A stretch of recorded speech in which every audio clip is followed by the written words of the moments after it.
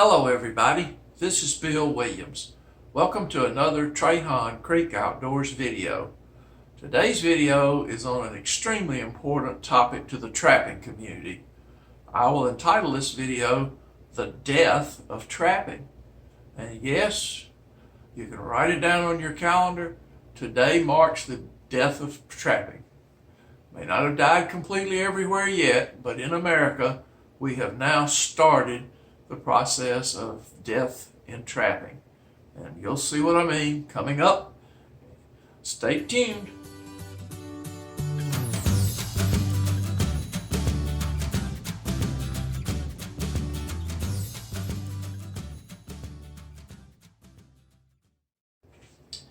Let me apologize to start with for the quality of this video. The audio, camera, and all is not up to par, but I felt like the importance of this video just dictated that I get it out the fastest way possible, and this is it.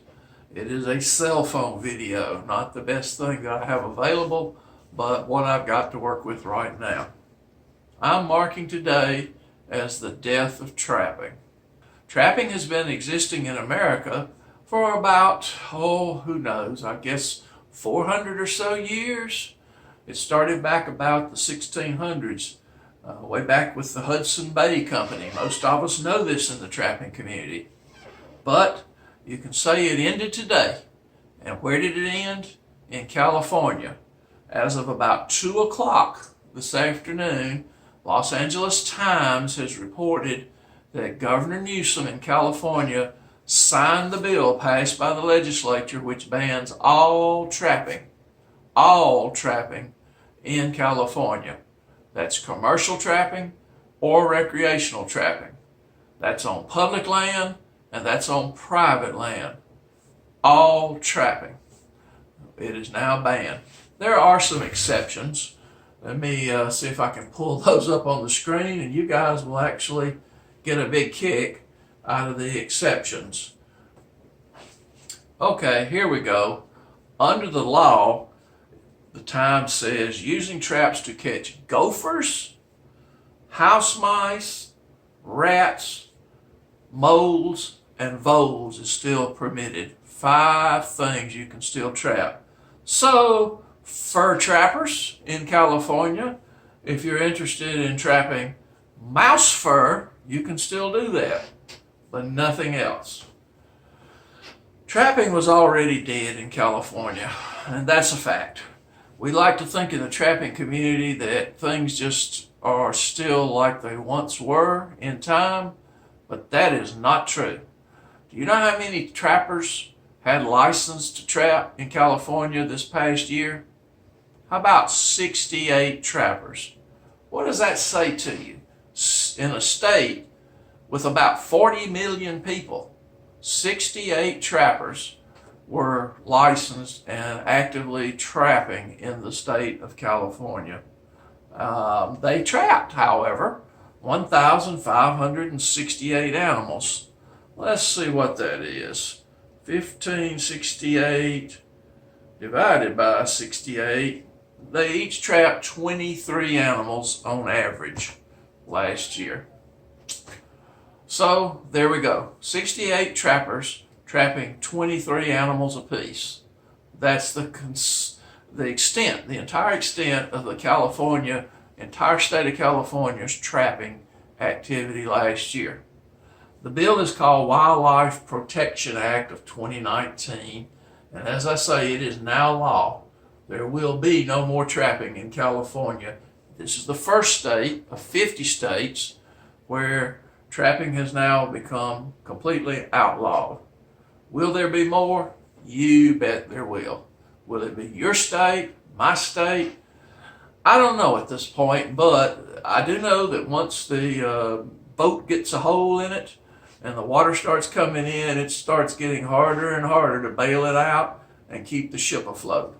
So I think we're in for a tough time coming up with attacks everywhere in America on trapping. Once a big state like California goes in this direction, other states will push to do the same thing. There was some support for keeping trapping, of course. It was not all a one-sided thing. But, for example, the Farm Bureau Federation supported leaving trapping as a legal activity in California and warned, let's see how they put it. Let me get the exact words of it for you. Okay, here we go.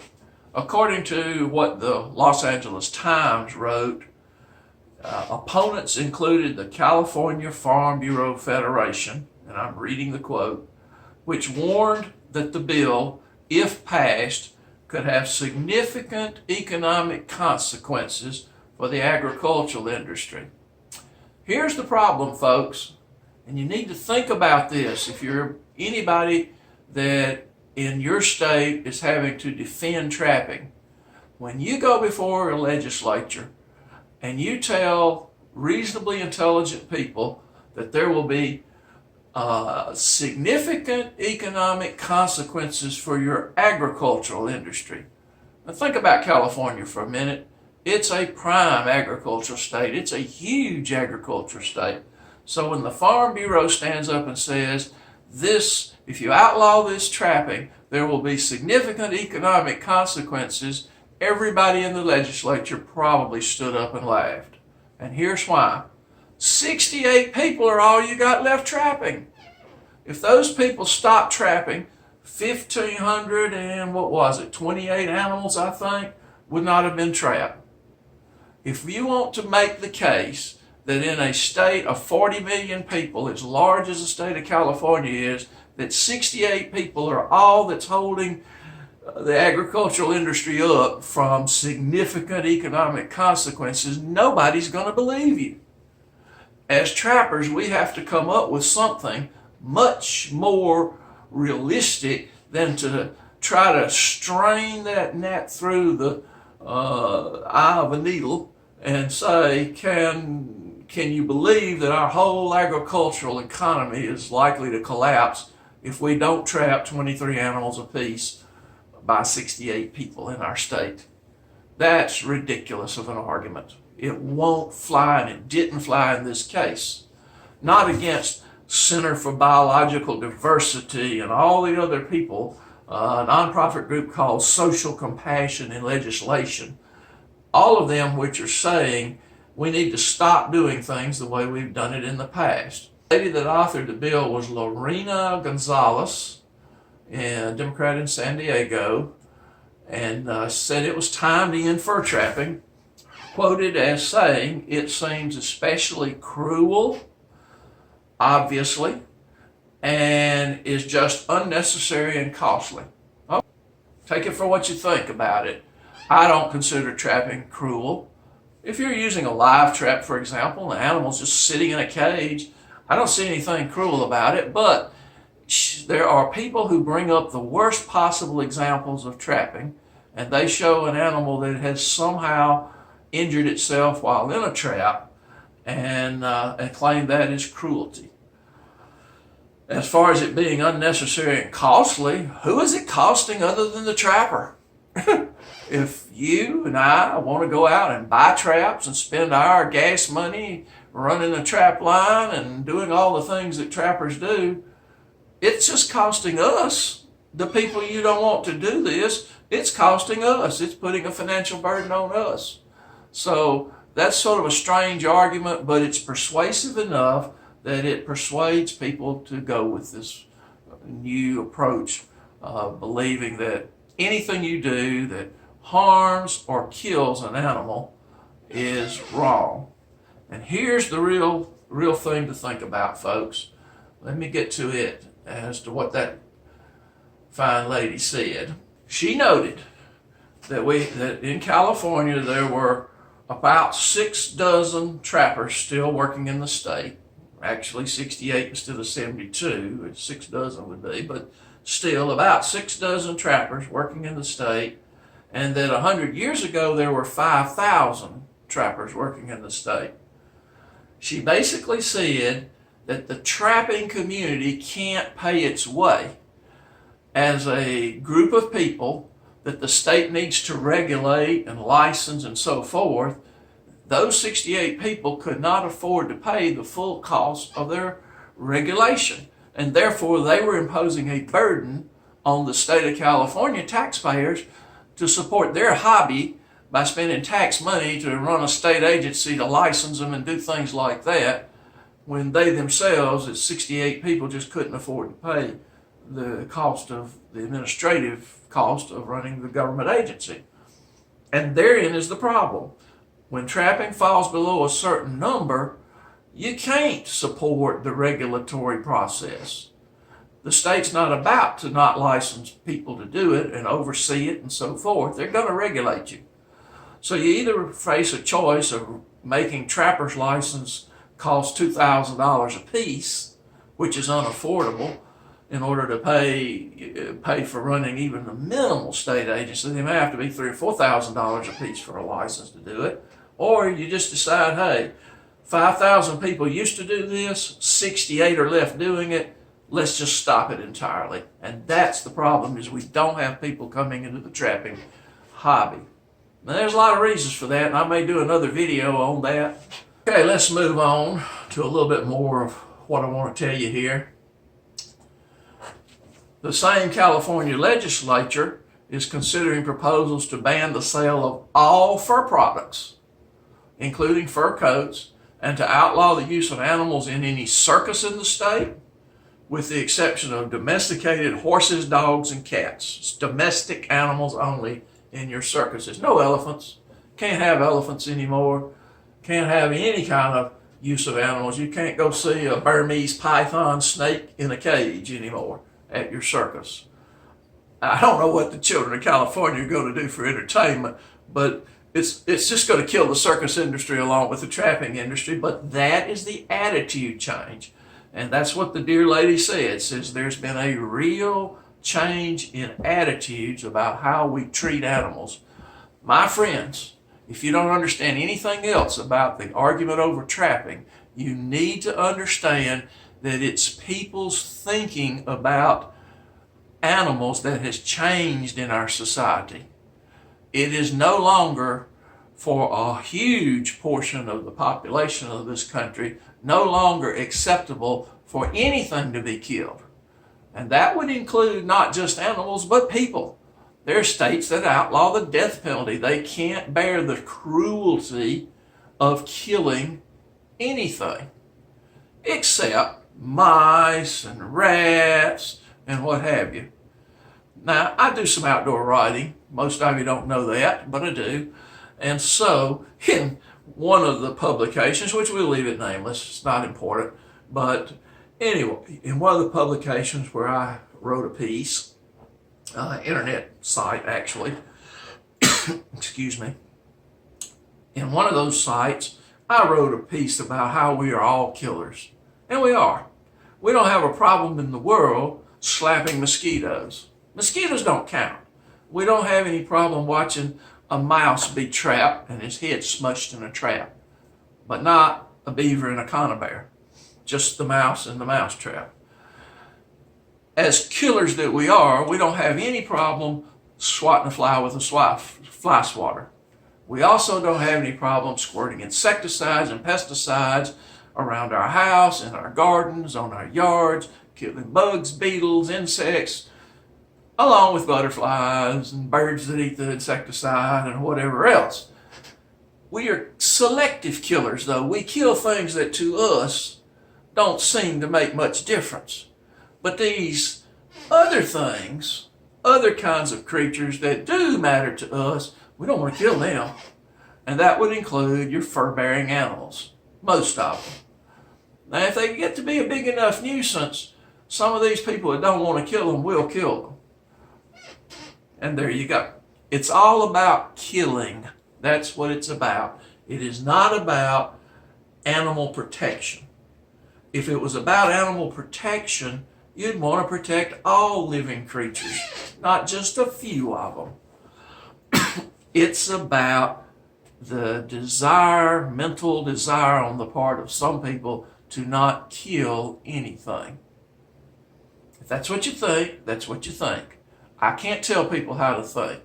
I can say it's fairly unrealistic to believe that if we never kill anything, the world's going to go right along as if nothing could ever be bad or ever happen. There has to be some level of controls, otherwise things get out of hand. I like cats. I got a beautiful cat. I love my cat. She and I are great companions. We spend tremendous amounts of our time together. You'll see her on some of my videos. But she's my pet. I take care of her. However, there's 600 million cats on planet Earth right now, and I would say at least half of them or more have no owners, and they are just strays, feral cats, things of this nature. Cats turned loose to fend for themselves. We are absolutely overrun with them. Other countries have problems. Dingo dogs in Australia. You've got to have some ability to control populations or they will mushroom out of control and you'll have bad consequences. All right, so how did all this get started? Well, one of the things they told the people in the legislature, and I'm going to read again from the Los Angeles Times, is that trapped animals are strangled, shot, or beaten to death with care taken not to damage the pelts before skinning them. That's the sales pitch that they give. That we're strangling animals. We're shooting them. We're beating them to death with clubs.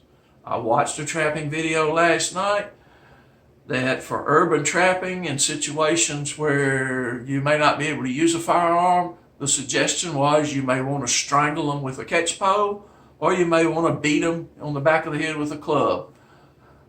That's what we're putting out to the public. They see these videos on YouTube. Now, I'm not telling you how to dispatch your animals.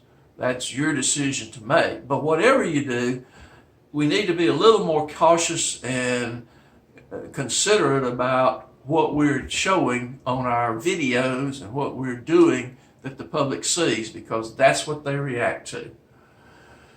Okay, how this thing all got started was back in 2013. A conservationist, Tom O'Kee, discovered a bobcat trap illegally set on his own property. He didn't put it there, it was just an illegal trapper. Put it at the edge of his property right up next to the boundary of the Joshua Tree National Park. Well, you can't trap in a national park, we all know that, but someone decided that a good place to put that trap would be on his property adjacent to the national park boundary in hopes of catching a bobcat. Well, O'Keefe discovered it, reported it to the authorities and so forth, and the newspaper got in, and that got a tide of complaints going, spotlighting the practice of trapping, and of course that was illegal trapping, so it made it even worse. And then they got into the discussion about killing and skinning bobcats to supply fur markets in China and Russia and Greece, and you know how it goes. So, O'Keefe said in this article today, he said, I could not have guessed in a million years that the trap he found would spark an unstoppable movement capable of shifting legislative thinking toward wildlife, but they trace it back to that particular situation on that day in 2013 that started the ball rolling that led to this Wildlife Act of 2019 that's now banned all trapping in the state of California. It takes one instance of an illegal trap being put somewhere and being discovered by somebody like that to start that ball rolling. We need to think about that in our hobby here. All right, what else? Back in 2013, what that situation led to was passage of the Bobcat Protection Act. And that was something that prevented trapping bobcats, I think, in California at that time. How did that come down? Back in that day in 2013, there were 5 people on the California Game Commission. The vote was 3-2. 3 people to ban it, 2 people to not ban it. All it really boiled down to is there was one more person, one, on a 5-member board that decided let's ban it. And the entire bobcat thing disappeared as a result of one vote by one person in a position of authority. That's all it takes. I wished it had gone the way of the trapper. I wish that one person had been on the other side, but he wasn't. He was on the anti-side. And that's the battle that we're up against. So we're in for some tough times, folks. The trapping profession's going to be under the gun, so to speak, for a while to come. I could do other videos on other subjects about hunting, gun ownership, all kinds of other subjects that pretty much are going in the same path that trapping is, as far as people wanting to outlaw these activities. But it all centers around the portion of the population in America that doesn't want to kill anything and feels like we cannot do harm to animals. Some to the extent that they won't eat animals. And what you eat, your personal choice. If you like to eat vegetables, eat vegetables. I got no problem with that. But I like to eat meat and vegetables. I eat them both. So I have no apology for that either. We just have to realize where we are is in a divided society. And increasingly more and more of us are going to fall on either one side or the other. The problem is there are far, far, far more people that don't ever hunt, don't ever fish, don't ever own a gun, don't ever shoot a weapon, don't do anything at all in the woods or deal with encounters with animals, and they don't trap. So we're up against tough odds, folks. You think about this and you go back and look at my little graphic, write today's date down, because I believe that in the long run, maybe before our lives are over, we will see trapping banned nearly universally across our country. And then that'll be the end of it. So, hate to say that. You might come back and look at this video one day and say, Bill Williams said it was going to go this way. But that's what I think. I hope I'm wrong. Thanks for watching my video. Thanks for all you do to support my channel. If you're not a subscriber, I invite you to subscribe. I appreciate it, and I'll see you on the next video.